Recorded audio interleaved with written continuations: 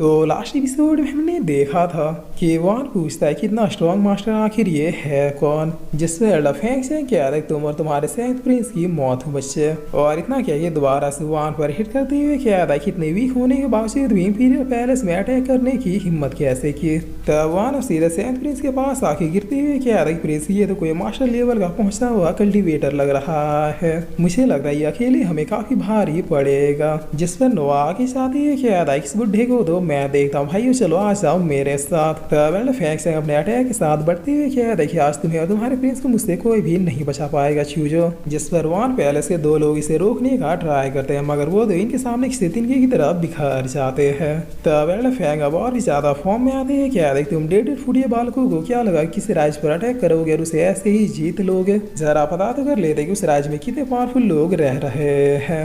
जिस पर आरवर क्या था सेवंथ प्रिंस बचिए उससे, मगर ये एल्डर अपलग सबक दे सेवंथ प्रिंस के पास आते हुए क्या था कि सॉरी बच्चे अब बहुत ही ज्यादा देर हो चुकी है। लेकिन तभी सेवंथ अपना शार्प स्वॉर्ड निकालते हुए इसके ऊपर तान देता है। जिस पर ये एल्डर थोड़ा शौक होते हुए क्या था कि क्या तब इसकी इतना कहते अटैक इस स्वॉर्ड से निकलता है और इसके भेजे को छेदता हुआ आर पार हो जाता है, जिससे इस एल्डर की मौत यहीं पर हो जाती है। लोग काफी खुश होते हुए क्या था कि हमारे सेवंथ प्रिंस तो माइटी है। तब नोआ अब आर्मर से क्या था कि तुम्हें नहीं लगता कि हमारे सेवंथ प्रिंस सब कुछ ज्यादा ही पावरफुल हो गए हैं। जिस पर आर्मर क्या था कि इसमें लगना क्या है सेवंथ प्रिंस तो स्टार्टिंग से ही पावरफुल है। तब नोआ क्या था हाँ ये बात भी है। और अब सीन चेंज होता है और हम इंपीरियल पैलेस का सीन देखते हैं जहाँ ये एम्परर क्या था कि क्या हुआ अभी तक कोई न्यूज क्यों नहीं आई। तभी एक गार्ड अब दौड़ के आते हुए क्या था कि न्यूज है एम्परर। जिस पर एम्परर क्या था कि बताओ क्या हाल किया एल्डर फेंग ने उस सेवंथ प्रिंस का। तब मंत्री सर भी क्या था ज्यादा से ज्यादा 2 स्ट्राइक उतने में ही लुढ़क गया होगा वो बच्चा,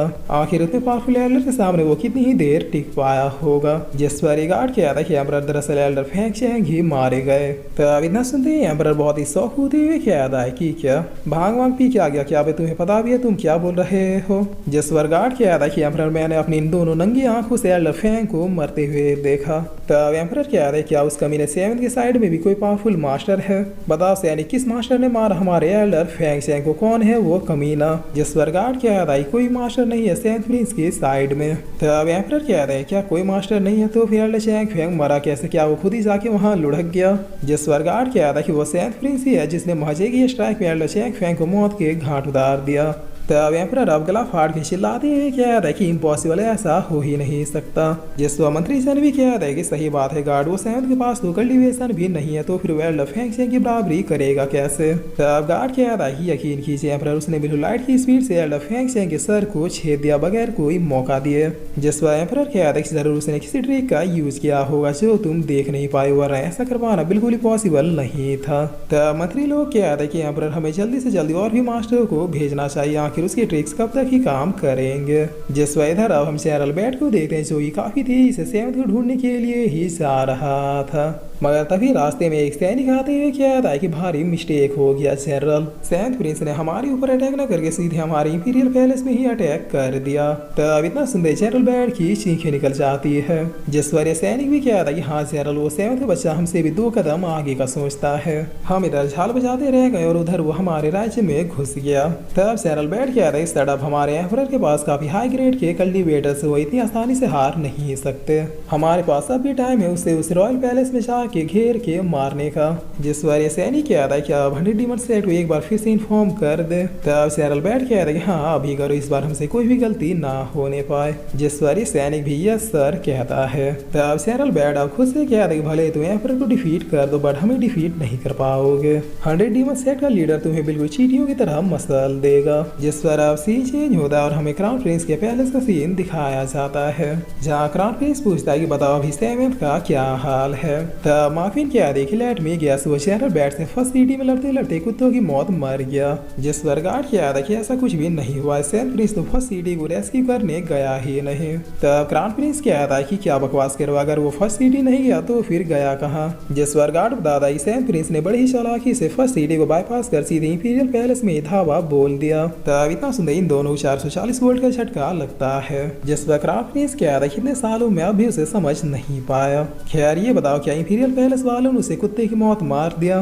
तब गार्ड के याद आया कि नहीं, बल्कि सेवेंथ ने इंपीरियल पैलेस के सारे सिटी को कब्जा कर लिया, बस उनका कैपिटल ही बाकी है। जिस पर क्राउन प्रिंस अब गिलास फोड़ते हुए क्या याद आया कि मतलब इंपीरियल पैलेस भी गया काम से। अगर सेवेंथ प्रिंस इंपीरियल पैलेस के एम्परर को बंदी बना के यहाँ टेनियम सिटी ले आया तो फिर तो सारे लोग उसे एम्परर मारने लग जाएंगे, हमारी तो कोई वैल्यू ही नहीं रह जाएगी।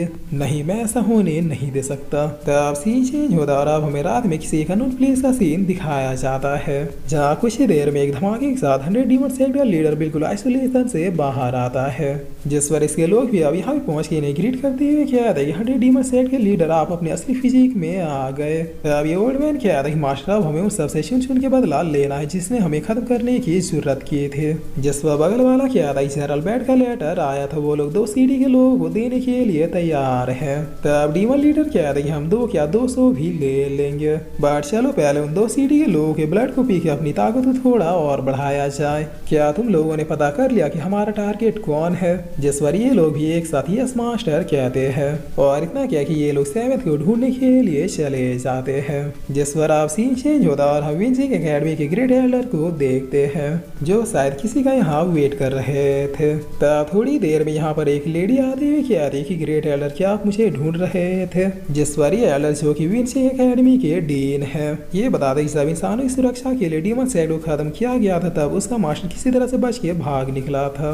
मुझे अंदर से खबर मिली है कि दोबारा से वो अपने असली फॉर्म में आ चुका है और फिर दोबारा से नरसंहार करने के लिए बिल्कुल तैयार है। तब ये लेडी क्या है कि डीन क्या आप ये चाहते कि मैं उस डीमन सेक्ट को फिर से खत्म कर दूं? जिस पर डीन क्या है कि मेरे काफी अलाइन एकेडमी है जो ये काम कर सकते हैं, तुम्हें अकेले जाके डीमन सेक्ट के लीडर को मारने की कोई भी जरूरत नहीं है। मैं बस ये चाहता कि तुम सिर्फ डीमन सेक्ट पे नजर रखो, क्योंकि वो डीमन सेक्ट का मास्टर बिल्कुल उसी प्लेस में है जहाँ पर एल्डर बाय हमारे डिसाइबल्स को लेने के लिए गया है। हमारे सेट के 2 नए डिसाइबल टेन्यू डायनेस्टी का क्राउन प्रिंस और मा फैमिली की वो लड़की है। अगर वो डीमन सेक्ट का लीडर उन्हें किसी तरह से भी हार्म करने की कोशिश करे तो फिर तुम एल्डर बाय की हेल्प करोगे। जिस पर ये लेडी भी ओके डीन कहती है। तब वान अब इधर लाशें बिछाते हुए क्या था कि सारे सैनिक खत्म हो गए, अब कोई भी जिंदा नहीं बचा है। जिस पर नो अब सेवेंथ को ये चीजें रिपोर्ट करते हुए क्या था कि इंपीरियल पैलेस के सारे लोग डिफीट हो चुके हैं। अब बताइए प्रिंस हमें आगे क्या करना है? तब सेवेंथ आगे बढ़ते हुए क्या था चलो अब उस भंडवे एम्परर को घेरने का समय है।